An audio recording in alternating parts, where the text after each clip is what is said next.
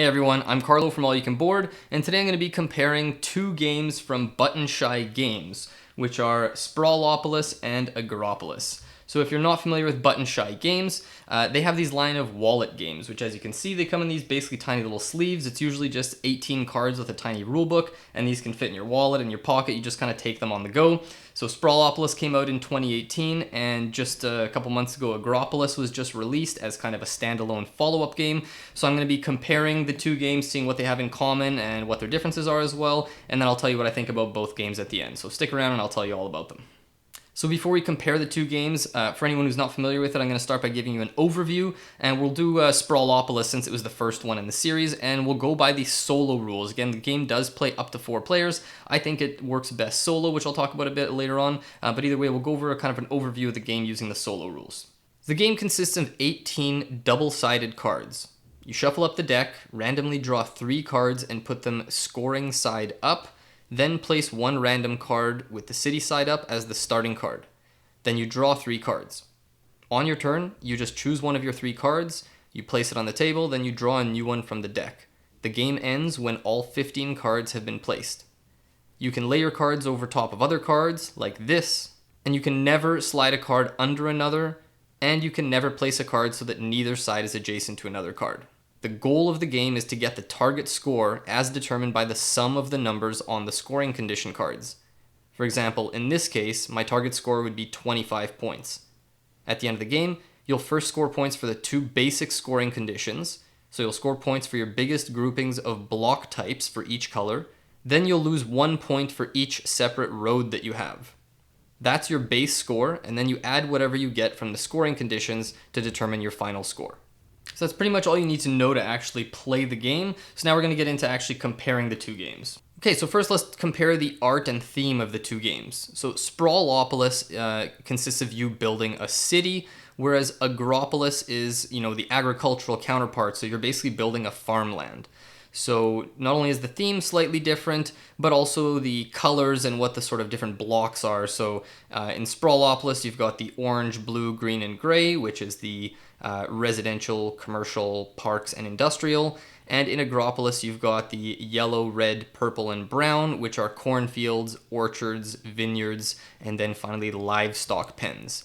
So for the most part, the differences are mostly aesthetic, except for livestock. So in Sprawlopolis, the green parks are all just the same. The differences you see are purely just the artwork, whereas in Agropolis, the brown areas not only have 3 different types of animals that you can find, cows, pigs, or chickens, but each livestock block will also either have 1 or 2 pens. And for all the adjacency purposes and scoring conditions, both pens count as adjacent on that card.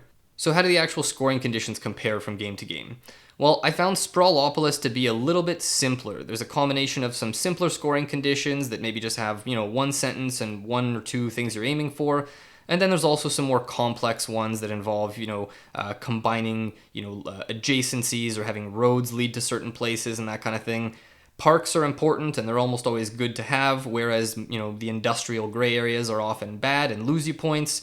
Some conditions involve just road-specific stuff that doesn't actually take into account the other types of blocks. You'll even get conflicting scoring conditions, like one that gives you points for doing things with industrial, but another card that might lose points just for having industrial cards present on your map. In Agropolis, 10 of the 18 scoring conditions involve livestock, often with specific configurations or adjacency requirements. It's a lot more specific and finicky, and a lot of combined conditions like, having livestock next to a specific spot on the road, or having livestock lined up in rows, or specific types of livestock next to other things. So the scoring conditions just seem a little more specific and a little more intricate in Agropolis. So now let's talk about the scaling difficulty.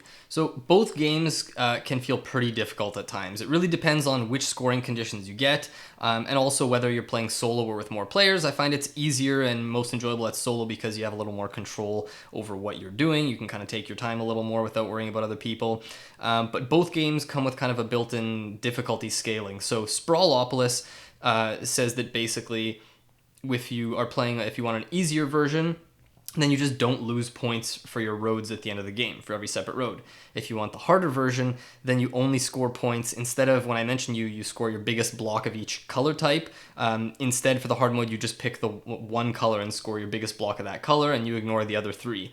So there's a couple different ways that you can kind of skew that target score that you're getting and try and make for an easier or tougher game. I've seen some people say they really struggle to beat Sprawlopolis. Other people not so much. There is a lot of kind of spatial awareness and a surprising amount of kind of long-term planning that comes into a lot of this, so it can be pretty tricky. Agropolis, considering it was the newer version, they did something very interesting here. There isn't an option for the easier difficulty, but for an increased difficulty, they have this thing called feed fees. So if you look at the top left corner, some of these cards will have a little symbol like this that'll have a number 1 along with an animal type. What this means is once you've added your 3 cards together to determine your scoring target, if you'd like to play with the feed fees, which would basically make it hard mode, you're just adding that many points to the target score per animal type that is shown. So having the feed fees built into Agropolis is a nice way to have that optional added level of difficulty without changing the base rules of the way you score those 2 basic scoring conditions with your blocks and your roads. And you can even, say when you start the game, you can say, oh, my target score is 25, or with the feed fees, it's 28 or whatever, and then you can see which one you beat or if you're able to beat both of them. So I really do like the way they've added the scaling difficulty and the feed fees thing in Agropolis. And the reason why it's a smart decision especially is because depending which cards are your scoring condition cards, and which cards are out on the table, you might have, on the back side, those have different types of livestock on them. So if you don't have those livestock cards in the deck to actually build with, this is kind of offsetting how many of those are actually in the deck. So really interesting way to combat that, which I like. And that actually leads into the next comparison I want to make, which is randomness. So because I think randomness plays a much bigger factor in Agropolis, because of the fact that those livestock cards, like again, the other 3 types, like the blue, orange, and gray on Sprawlopolis compared to the yellow, red, and purple in Agropolis, work pretty much the same. They're just like they have roads going through them sometimes, and that's pretty much it. The main difference here being, again, that Sprawlopolis has the green parks, which are usually just a park, and that's it, and whereas Agropolis has these livestock areas. So when you're playing, you don't know which cards are in which order left in the deck, but like let's say you have a scoring condition that specifically has to do with your cows. If you start the game and in your 3 cards in your hand, you don't have any cows and you don't know where they are in the deck, you're going to have to kind of make some, inferences, make some guesses and play around not knowing when those cows are going to come up. Whereas in Sprawlopolis, you're always kind of seeing the same similar types of cards. It's just the road configurations are different. So the scoring is a little more forgiving, I find, in Sprawlopolis, whereas Agropolis, I've had some games where, you start kind of right with what you need in your hand early on for certain livestock types to get them next to each other. And other times, you need something for your game plan to come out early and then it's actually late in the deck. So randomness definitely plays a bigger factor because of, the difference among the cards in the Agropolis deck because of the livestock, not only the 3 animal types, but the fact that some have 1 pen versus 2. So what does this mean for the length of the game? Well, because Agropolis is usually more difficult, there's a bit more randomness, the scoring conditions are more thinky, the scoring conditions tend to have a lot more text on them, have more specific requirements, things that have to all work and align together kind of thing. I find that my games of Agropolis do take longer on average than Sprawlopolis. A game of Sprawlopolis solo can take about 10 or 15 minutes, or if you lose and you just kind of shuffle up the deck of cards and play again, sometimes you can even play this in like 5 to 7 minutes kind of thing. Agropolis, I found, it's not going to take much longer. It's probably maybe in like the 15 to 20 minute average. So the average game might be about 5 or 10 minutes longer with Agropolis. Again, this is all just talking solo. I've tried Sprawlopolis as a 2-player game. Much preferred it solo. I can imagine that playing Agropolis with, like 3 or 4 players could really make it take longer as everyone's trying to figure out how to maximize their, scoring conditions and make it all work together. So yeah, that's about it for the actual comparisons from category to category on these games. So overall, I think both games are excellent games, especially as solo, like I said. And I have to just start by saying here in this final area just that I really like what Button Shy Games does as a company.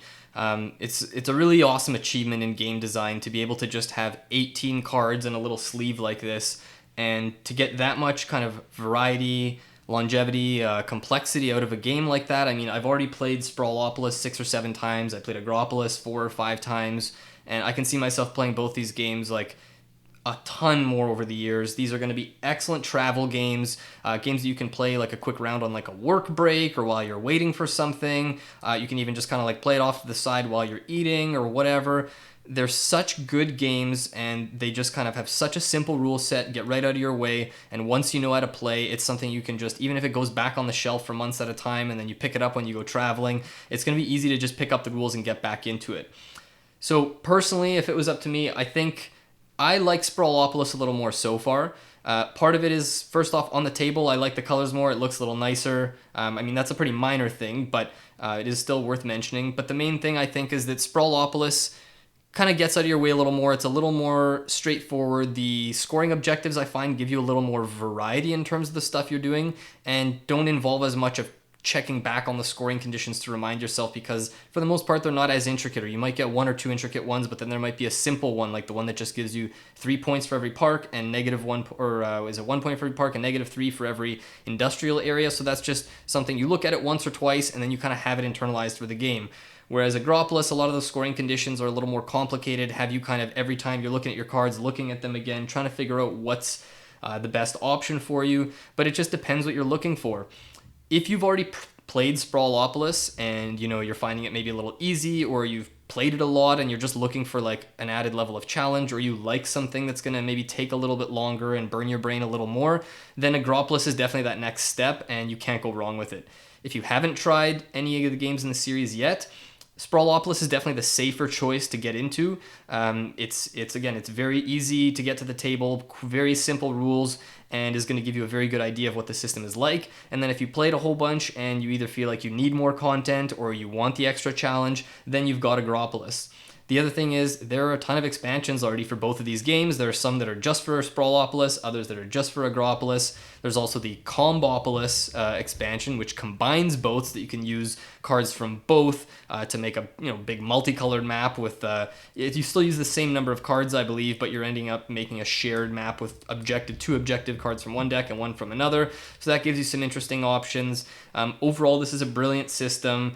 I would love to try more stuff from Button Shy Games in the future. I highly recommend, if you haven't tried either of these, definitely check them out. And as I said, I recommend you start with Sprawlopolis, and if you like it, then consider checking out Agropolis too.